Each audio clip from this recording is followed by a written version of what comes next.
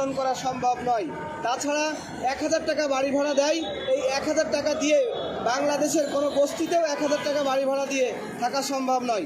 পাশাপাশি 500 টাকা চিকিৎসা ভাতা দেয়, এই চিকিৎসা ভাতা দিয়েও কিন্তু আমরা ডাক্তার দেখিয়ে আমাদের চিকিৎসা নেওয়া সম্ভব নয়। আমরা দীর্ঘদিন ধরে বঞ্চিত আছি।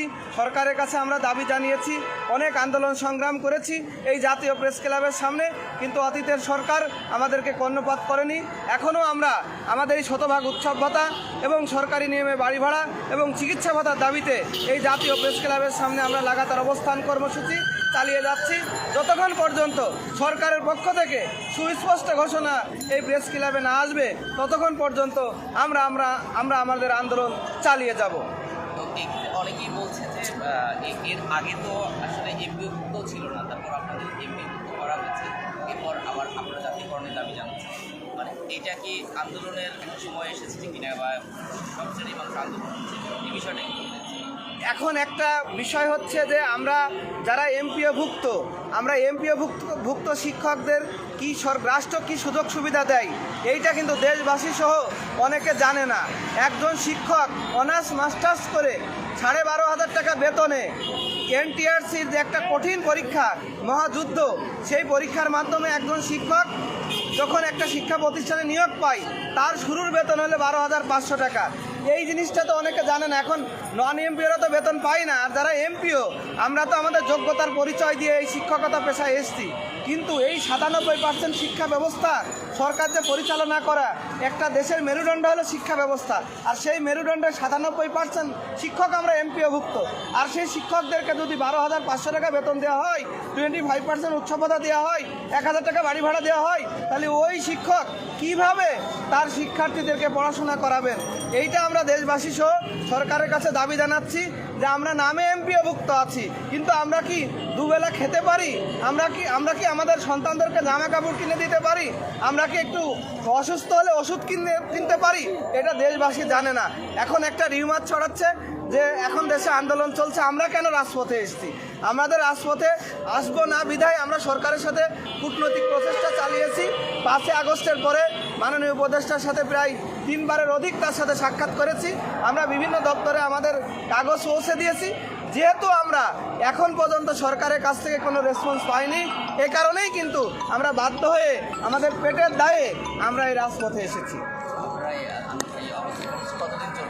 আমরা আমাদের অবস্থান কর্মসূচি যতক্ষণ আমাদের সরকার সুস্পষ্ট ঘোষণা না দিবে, ততক্ষণ পর্যন্ত আমাদের এই কর্মসূচি চলবে। বিশেষ করে এই রোজার ঈদের আগেই আমরা শতভাগ উৎসব ভাতার প্রজ্ঞাপন চাই, এবং এই প্রজ্ঞাপন না হওয়া পর্যন্ত আমরা আমাদের আন্দোলন চালিয়ে যাব।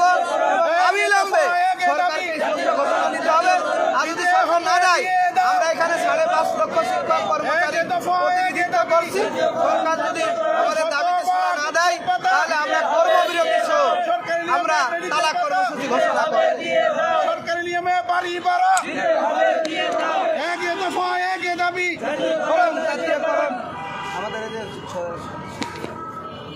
আমাদের সংগঠনের সদস্য সচিব, আমার নাম প্রকৌশলী আবুল বাশার, যুগ্ম সদস্য সচিব, জাতীয়করণ প্রত্যাশী জোট, কেন্দ্রীয় কমিটি।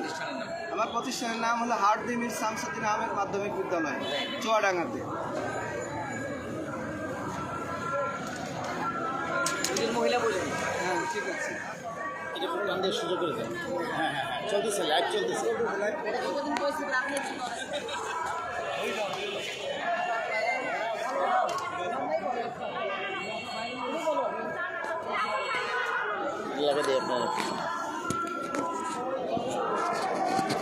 যতদিনের মতো আপনারা অবস্থান কর্মসূচি পালন করছেন, আসলে আপনাদের প্রত্যাশা বা দাবিটা? ধন্যবাদ। আমরা এই সরকার ক্ষমতা আসার পরেই তৃণমূলের শিক্ষকদের বড় একটা চাপ ছিল আন্দোলনে আসার জন্য। আমরা বলছি না, আমাদের শিক্ষার্থীরা আন্দোলনের মাধ্যমে সরকারকে ক্ষমতা এনেছে। সুতরাং আমরা সরকারকে স্পেস দিতে চাই। আমরা আন্দোলনে এসে সরকারকে কোনো বিব্রতকর অবস্থায় ফেলতে চাই না। আমরা সেপ্টেম্বরের 2 তারিখ মাননীয় শিক্ষা উপদেষ্টা মহোদয়ের সাথে জাতীয় প্রত্যাশী জোটের 10 জন নেতৃবৃন্দ আমরা সাক্ষাৎ করেছি। 40 মিনিট ওনার সাথে আমরা মিটিং করেছি। আমরা আমাদের বৈষম্যগুলো কথাগুলো আমরা বিস্তারিত জানিয়েছি, লিখিত দিয়েছি। তিনি মনোযোগ দিয়ে আমাদের কথাগুলো শুনেছেন, এবং আমরা বলছি যে আমরা বিগত 17 সাল থেকে আন্দোলন করি, আমরা বঞ্চিত। আমরা 44 দিন 22 দিন 20 দিন এরকম কয়েকটা বড় আন্দোলন আমরা করেছি, কিন্তু সরকার কোনো আন্দোলনে আমাদেরকে পাত্তা দেয়নি এবং সরকার আমাদেরকে বিভিন্নভাবে দমন করার চেষ্টা করেছে। আমি ব্যক্তিগতভাবে এনএসএ কার্যালয়ে আমাকে 2.5 ঘন্টা জিজ্ঞাসাবাদ করা হয়েছে বিগত সরকারের সময়ে। আমরা বলছি স্যার আমাদের বৈষম্যগুলো আপনি একটু দূর করে দিবেন। তিনি বলছিলেন কাগজগুলো দিয়েছেন, আমি দেখি কী করতে পারি। আমরা এরপরে জাতীয় প্রেস ক্লাব আমরা একদিন একটা প্রোগ্রামও দিয়েছিলাম। আমরা 31শে ডিসেম্বর পর্যন্ত আমরা একটা আলটিমেটাম দিয়েছিলাম, যে আলটিমেটাম বলছিলাম যে যদি 31শে ডিসেম্বরের মধ্যে আমাদের দাবি না মানে তাহলে আমরা লাগাতার কর্মসূচিতে যাব। লাস্ট গত 11 ফেব্রুয়ারি আমরা মাননীয় শিক্ষকদের সাথে সাক্ষাৎ করেছি, তাকে বলেছি যে আমাদের দাবি দাওয়াগুলোর ব্যাপারে আপনি কী করেছেন। তিনি বলছেন যে আগামী বাজেটে আপনাদের যে ভাতাগুলো আছে, মেডিকেল ভাতা, বাড়ি ভাড়া এবং উৎসব ভাতা, আমি এগুলো বৃদ্ধি করব আপনাদের। তো আমরা ওনার কাছে বলছি যে আমাদের যে আশ্বাস, এই আশ্বাস তো আমরা অনেক পেয়েছি, আশ্বাস পেতে পেতে আমরা প্রতারিত হয়েছি। আমরা আর প্রতারিত হতে চাই না, আমরা আশ্বাসে বিশ্বাস করি না। আমরা চাই আপনি একটা প্রেস ব্রিফিং করে আপনি ঘোষণা দেন আপনি আমাদের কি করবেন, আমাদের জন্য আগামী বাজেটে কী রাখবেন, অথবা আমাদের যে আপনি যেই জিনিসগুলো আমাদেরকে দেবেন এগুলো প্রেসের মাধ্যমে, মিডিয়ার মাধ্যমে সারা বাংলাদেশের শিক্ষকদের সামনে আমাদের প্রস্তাবে এসে আপনি অথবা আপনার প্রতিনিধি এসে ঘোষণা দেন। কিন্তু আসলে ওনারা এটা দিতে রাজি না। আপনারা জানেন যে আমরা শিক্ষকরা কতটা অসহায়। আমাদেরকে উৎসব ভাতা দেওয়া হয় 25%। আমার একজন এন্ট্রি লেভেলের শিক্ষক, সে 3,125 টাকা উৎসব ভাতা পায়। আমি তাদের কাছে প্রশ্ন রাখতে চাই, এই 3,125 টাকা দিয়ে আমি কিভাবে উৎসব পালন করব? ঈদ উল ফিতরে তো আমাদেরকে জামা কাপড় কিনতে হয়, আমরা আমাদের সন্তানদের জন্য ভালো শাড়ি কিনতে পারি না, একটা কাপড় কিনতে পারি না। আমার অনেক শিক্ষক কুরবানি পর্যন্ত দিতে পারে না। কত ঈদুল আজহায় আমার এক শিক্ষককে আমি জিজ্ঞেস করছি আপনি কেন কুরবানি কি দিয়েছেন, সে আমাকে বলে স্যার আমি কুরবানি দিতে পারি নাই, আমার চোখের পানি আমি ধরে রাখতে পারি নাই। আমরা জাতির কাছে প্রশ্ন রাখতে চাই যে আমরা জাতি গড়ার কারিগর, আমরা কেন কুরবানি দিতে পারবো না? সারা বাংলাদেশের কোটি কোটি শিক্ষার্থীদেরকে আমরা মানুষ করি। আজকে যারা সচিব, ডাক্তার, ইঞ্জিনিয়ার হয় তারা আমাদের মাধ্যমে মানুষ হয়েছে।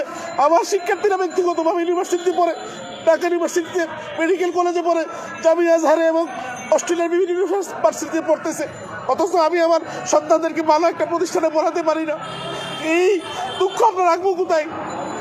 আমরা আজকে এখানে এসেছি নিরুপায় হয়ে। আমার শিক্ষকরা যাতে কুরবানি অন্তত দিতে পারে এই দায়িত্ব সরকারকে নিতে হবে। আগামী বাজেট থেকে, অবশ্যই বাজেট নয়, আগামী ঈদ উল ফিতর থেকে আমাদের শিক্ষকদেরকে শতভাগ উৎসব ভাতা দিতে হবে, প্রজ্ঞাপন দিতে হবে। আমাদেরকে বাড়ি ভাড়া দেওয়া হয় মাত্র 1,000 টাকা। আমরা জাতির কাছে প্রশ্ন রাখতে চাই যে 1,000 টাকা দিয়ে বাংলাদেশের কোথাও বাড়ি ভাড়া পাওয়া যায় কিনা? আমার বাড়ি ব্রাহ্মণবাড়ি, আমি চাকরি করি ভাবে শিখে, আমার পরিবারকে আমি 1,000 টাকা দিয়ে বাড়ি ভাড়া দিয়ে কীভাবে রাখবো? আমাকে মেডিকেল ভাতা দেওয়া মাত্র 500 টাকা। একজন স্পেশালিস্ট ডাক্তারের তাকে কনসালটেন্সি ফি দিতে হয় আমাদের 1 থেকে 1,500 টাকা। তাইলে আমি কিভাবে আমার চিকিৎসার ব্যবস্থা করব? আমার সন্তান, অন্যান্য পরিবারের সদস্যদের কিভাবে চিকিৎসার ব্যবস্থা করব? আমরা স্পষ্টভাবে জানিয়ে দিতে চাই, যদি সরকার এই দাবি না মানে আমরা প্রয়োজনে এখানে আবার 23 সালের মতো এখানে ঈদ উল ফিতরের নামাজ আদায় করবো। আমরা যাবো না। সরকার যদি মনে করে যে শিক্ষকরা 2-4 দিন থেকে চলে যাবে, এটা হবে না কোনোভাবে। অবশ্যই আমাদেরকে এখান থেকে আমাদের দাবি পিঠায় আমাদেরকে ফিরাতে হবে, নাইলে আমরা এখানে ঈদের পর্যন্ত থাকবো। ঈদের নামাজ পরে প্রতিবাদ জানিয়ে আমরা বাড়িতে যাবো। ধন্যবাদ। আচ্ছা, এই ক্ষেত্রে আপনারা যে আজকে 14 দিনের মতো অবস্থান করছেন, এর মধ্যে কি কেউ এসে বা কর্তৃপক্ষ থেকে যোগাযোগ করেছিল? না, আমাদের সাথে কর্তৃপক্ষ কেউ যোগাযোগ করে নাই। বিভিন্ন গোয়েন্দা সংস্থা থেকে ওনারা তথ্য দিচ্ছেন, খোঁজখবর নেওয়ার চেষ্টা করছেন, কিন্তু আমাদের সাথে সরকারের পক্ষ থেকে কেউ এখনো যোগাযোগ করেনি। মাননীয় শিক্ষা উপদেষ্টা উনি একজন শিক্ষক, মাননীয় প্রধান উপদেষ্টা উনি একজন শিক্ষক, আর আমরা শিক্ষক এখানে 4 দিন ধরে বসে আছি, ওনারা এখন পর্যন্ত আমাদের কোনো খোঁজও নেই। অনেকেই বলছে যে এখন তো বিভিন্ন দপ্তর থেকে, বিভিন্ন জায়গা থেকে, বিভিন্ন সেক্টর থেকে আন্দোলন করা হচ্ছে, আপনারাও সেই আন্দোলনের তাল মিলিয়ে আন্দোলন চালাচ্ছেন, এরকম একটা? না, আমরা 17 সাল থেকে আন্দোলন করি। আমরা 17 সালে শহীদ মিনারে প্রায় 50,000 শিক্ষক নিয়ে আমরা ওখানে সমাবেশ করেছি। আমরা 2023 সালে এই ঈদের দিন আমাদের সন্তান এবং আত্মীয় স্বজন রেখে আমরা মসজিদে নামাজ পড়ে ঈদ উল ফিতরের দিন আমরা এখানে মানববন্ধন করেছি।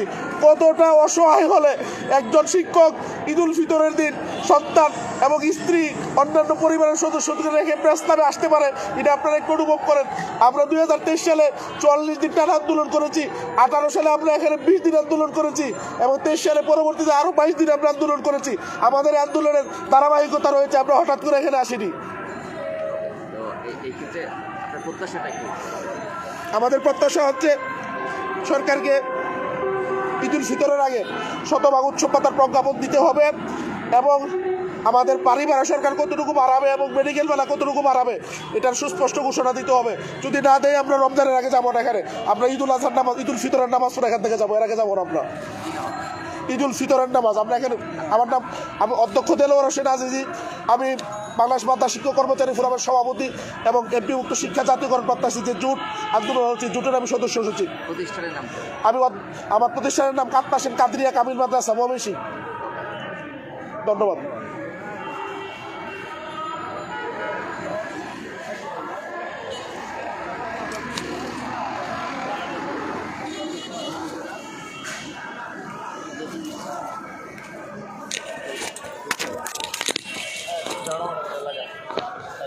চতুর্থ দিনের মতো আপনারা এখানে অবস্থান করছেন,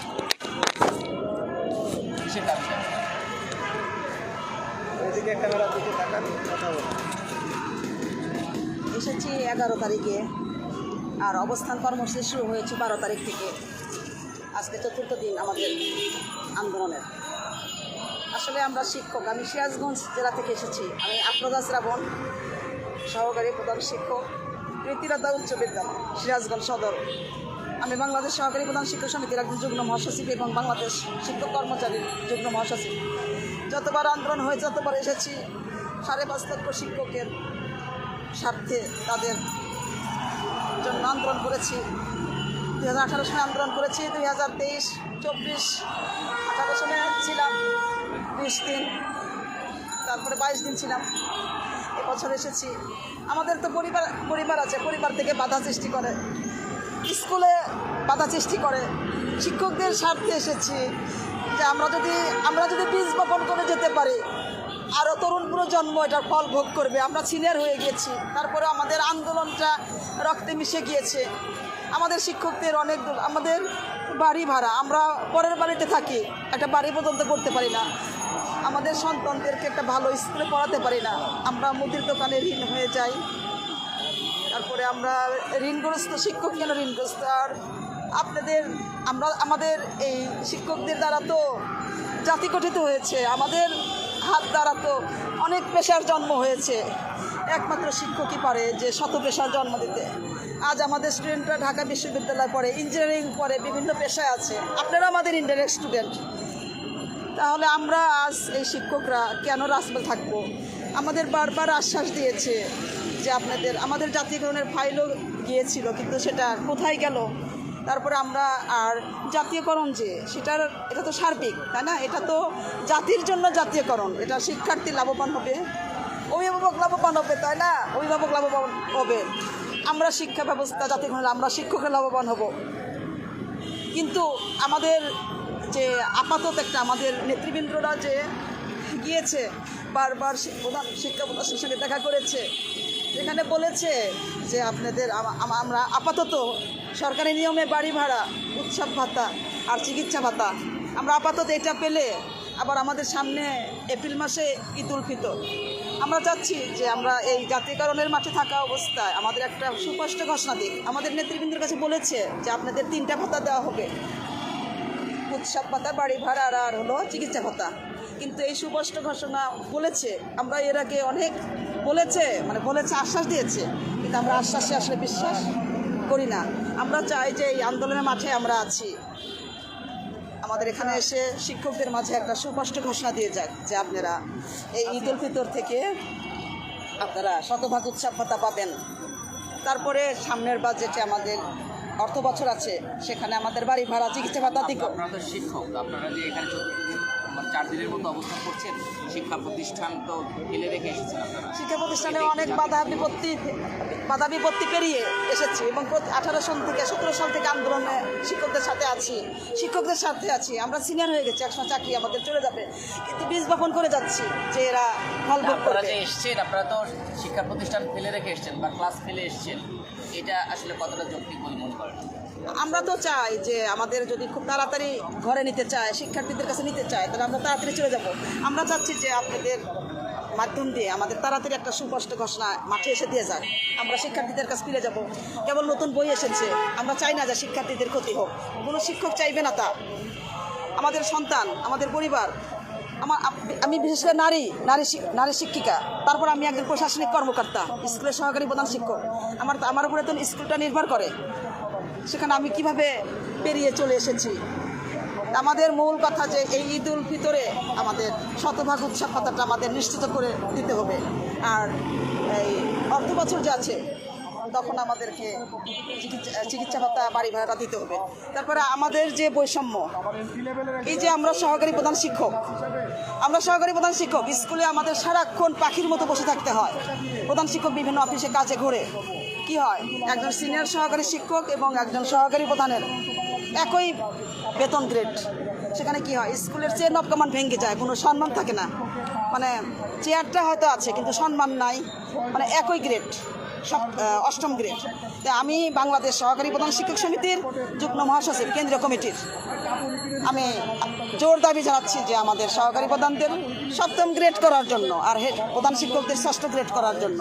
আচ্ছা, ওকে, ঠিক আছে। এটা আপনার কাছে আরেকটা জিজ্ঞাসা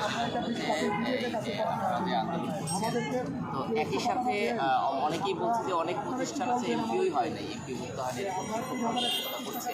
তো এরপর আপনারা এমপিও মুক্ত, এরপরও এসে আপনারা আন্দোলন করছেন, মানে এটা একটু বেশি চাওয়া হচ্ছে না, আমাদের জীবনযাত্রার মান অতি নিম্ন। তার কারণ আমরা বিশ্ববিদ্যালয়ে পড়েছি, অনার্স মাস্টার্স পাস করেছি, এখন যেভাবেই হোক আমরা স্কুলে জয়েন করেছি। প্রথম যখন জয়েন হয় তখন 12,500 টাকা অনলি, তাও বেতন না, এটা হলো অনুদান। অনুদান অর্থ কি, এটা বন্ধ করতে পারে কখনো, ভিক্ষার মতো। তাহলে আমরা চাই যে আমাদের অনুদান না, আমাদের বেতন প্রথা চালু করুক। আমাদের কোথায় সম্মান রেখেছে যে আমাদের অনুদান দেয়? অনুদানটা কি, যেগুলো সব বন্ধ হয়ে যেতে পারে। আমরা তো মানুষের কাছে বলতে পারি না যে আমরা বেতন পাই। আমাদের এই লজ্জাটা কোথায় রাখি? এটা কি সভ্য সমাজ, সভ্য জাতির একটা বহিঃপ্রকাশ যে শিক্ষকরা আমরা তৈরি করে দিয়েছি সব কিছু, আর আমরা কিন্তু কোনো অন্যায় করেছি? এই 12,500 টাকা, সেখানে আমরা আন্দোলন কেন করবো না? আর আমরা এই যাবত ধরে আন্দোলন ছাড়া আমরা কখনোই কিছু পাইনি। 2018 সালে 20 দিন পড়েছিলাম, অসুস্থ হয়ে গেছিলাম, আমাদের তো বয়স হয়ে গেছে। তখন মাত্র দিয়েছিল বৈশাখী ভাতা দিয়েছে, আর 5% প্রবৃদ্ধি দিয়েছিল, কিন্তু সেই 5% থেকে 4% কর্তন করে নিয়েছে। এটা কত সভ্য সমাজের চিত্র হতে পারে যে দিয়ে আবার নিয়ে নেয়? আপনাদের কাছে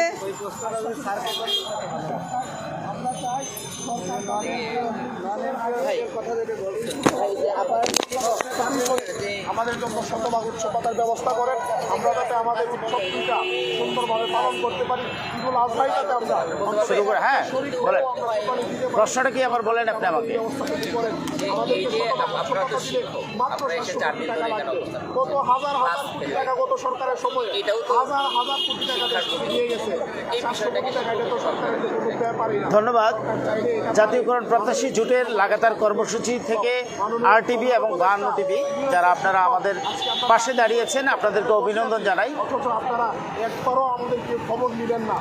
আমরা এখানে প্রতিজ্ঞা করে এসেছি যতক্ষণ পর্যন্ত সরকারের পক্ষ থেকে আগামী ঈদুল ফিতর থেকে যেটা আমরা 5.5 লক্ষ থেকে 6 লক্ষ এমপিভুক্ত শিক্ষক কর্মচারীদের প্রতিনিধিত্ব করি, যদিও আমরা এখানে সংখ্যায় কম। আমরা কিন্তু প্রত্যেক প্রতিষ্ঠান থেকে 1জন বা 2জন শিক্ষক এখানে এসেছি। একজন শিক্ষক সিএলএ থাকলে প্রতিষ্ঠানের কার্যক্রমের কোনো সমস্যা হয় না। আমরা সরকারকে বিব্রত করা বা প্রতিষ্ঠানে আমাদের শিক্ষা ব্যবস্থার কোনো ব্যাঘাত ঘটা, এটা আমাদের মূল লক্ষ্য না। আমরা সরকারকে সহজে বার্তা দিতে চাই যে আমরা যে অর্থ কষ্টে আছি বা বর্তমান যুদ্ধ অবস্থায় যে আমরা চলতে পারছি না, এই বার্তাটুকু সরকারকে দেওয়ার জন্য এখানে এসেছি। আপনি আশা করি প্রশ্নটা পেয়েছেন যে আমরা প্রতিষ্ঠানে কোনো কার্যক্রম বন্ধ রেখে এখানে আসি নাই, প্রতিষ্ঠান চলছে যথারীতি।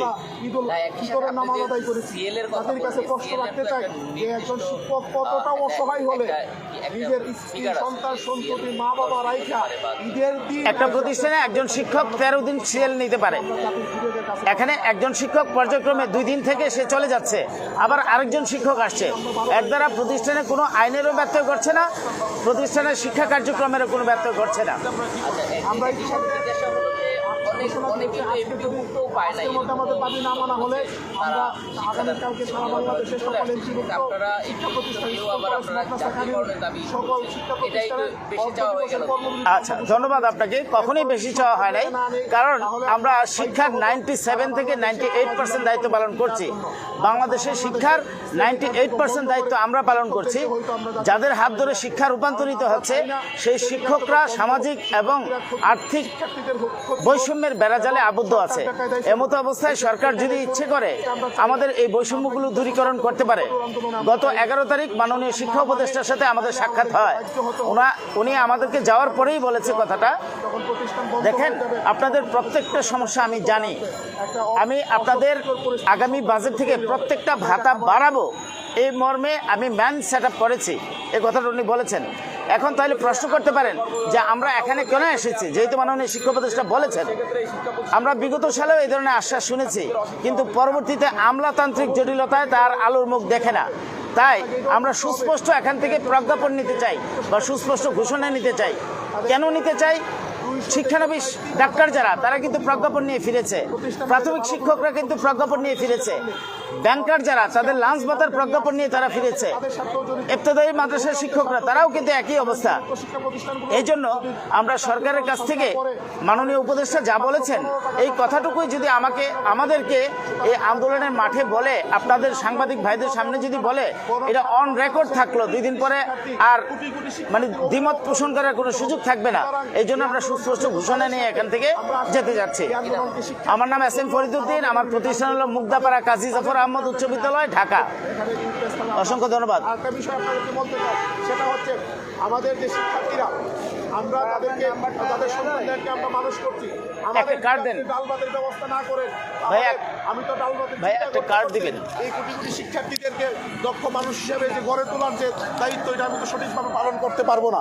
এই জন্য এই জাতিকে গড়ার জন্য, এই সন্তানগুলোকে যাতে দক্ষ মানব সৃষ্টি হিসাবে আমরা মনোযোগ দিয়ে তৈরি করতে পারি, আমাদের ডাল ভাতের ব্যবস্থা সরকারকে করতে হবে।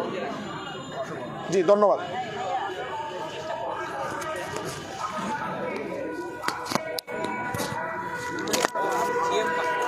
আপনাদের লাইভ দেখলাম না, আপনারা লাইভ সম্প্রচার করছেন, আমার 20-25টা গ্রুপে একশো আছেন, ভালো কথা। এখন বলেন আপনাদের লাইভটা কই?